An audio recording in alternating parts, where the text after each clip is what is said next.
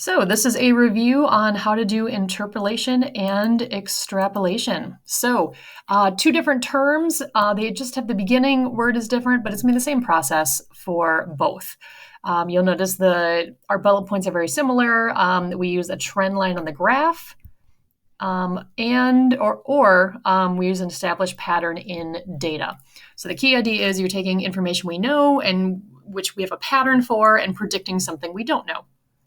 So since you are predicting something, there's going to be a range of correct answers. It's a small range, but it is going to be a range. So there's not exactly one correct answer. Let's start with this example from your notes, and we're giving you a graph, giving you some information in each of the problems and asking you to predict an answer. So key things you want to look at, we're identifying which axis. So we're going to give you a piece of information from one of the two axes, ask you to predict a number from the other. So the first one we have, how much coffee would Miss E need? So that is going to be our answer. So our answer is going to be something. If you look at the amount of coffee, we're going to have our answer is going to be found here on the x-axis. And so it's going to be some sort of cups of coffee. So it says she's speaking 50 words per minute.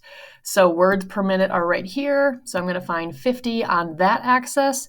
I'm going to go across and see exactly where it hits that trend line. Because remember, the trend line is showing the pattern in the data. So when I drop that line down, I have to read my scale here and see that, okay, well, 3's there. So this is probably 2.5. And again, this is where there'd be a little bit of variation, 2.4, 2.6. If you answer something like 2.1 or 2.9, that would not make sense because this is definitely about halfway between 2 and 3. Let's look at the second one. According to the graph, at what rate? So now we're looking for the rate, which is going to be here on the y-axis. Would she speak if she had 7 cups of coffee? So now I need to find cups of coffee, which are right down here. 7 is right here, so I go up toward the top. And this is how extrapolation is different. You'll notice our data set ended at 6 cups of coffee. We're asking about, well, let's extend it. And so you always assume that the trend continues. It's actually one of the ACT skills that we want you to hold on to. So now I have to figure out what this number is. Well, now I have to go back to reading my scale.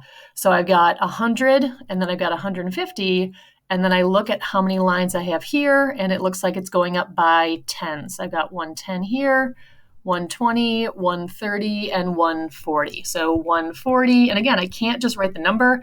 I have to say the unit, so 140 words per minute. All right, I'm about to do the last one, but why don't you pause the video, do the last one, and then start it up again and see how you did. So looking at the graph, how much coffee would Miss E need? Okay, so that's what we're going to try to end with. Actually, let me change colors again, so I'm being as consistent as I can to let you see what's going on. Actually, that'll work because I erased everything. So how much coffee? So we're going to end up on the x-axis.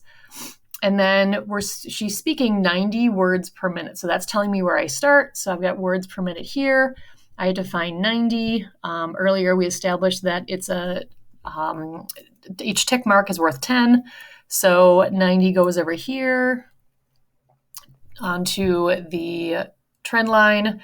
I drop that down, and I've got about that line between the 4 and the 6 is 5. And again, I'm about halfway between, so it would make sense that I would go with about 4.5. And then again, I can't forget the unit, so I need 4.5 cups. All right, so that is how you use it with graphs. Now let's take a look at how we use it with data sets.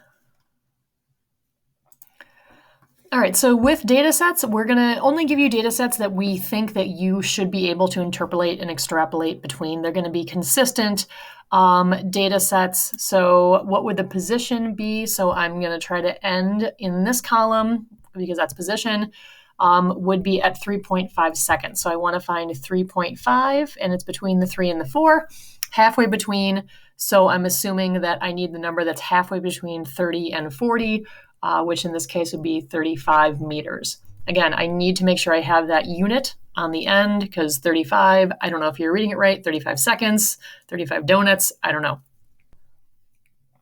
All right, so taking a look at the second one, at what time will the position be 80 meters? So I've got time and meters. You notice my 80 meters is higher than my data set, so that's what makes this extrapolation. And so then I just have to establish what the pattern is. As I look for every 1 second, I multiply that by 10 to get the meters.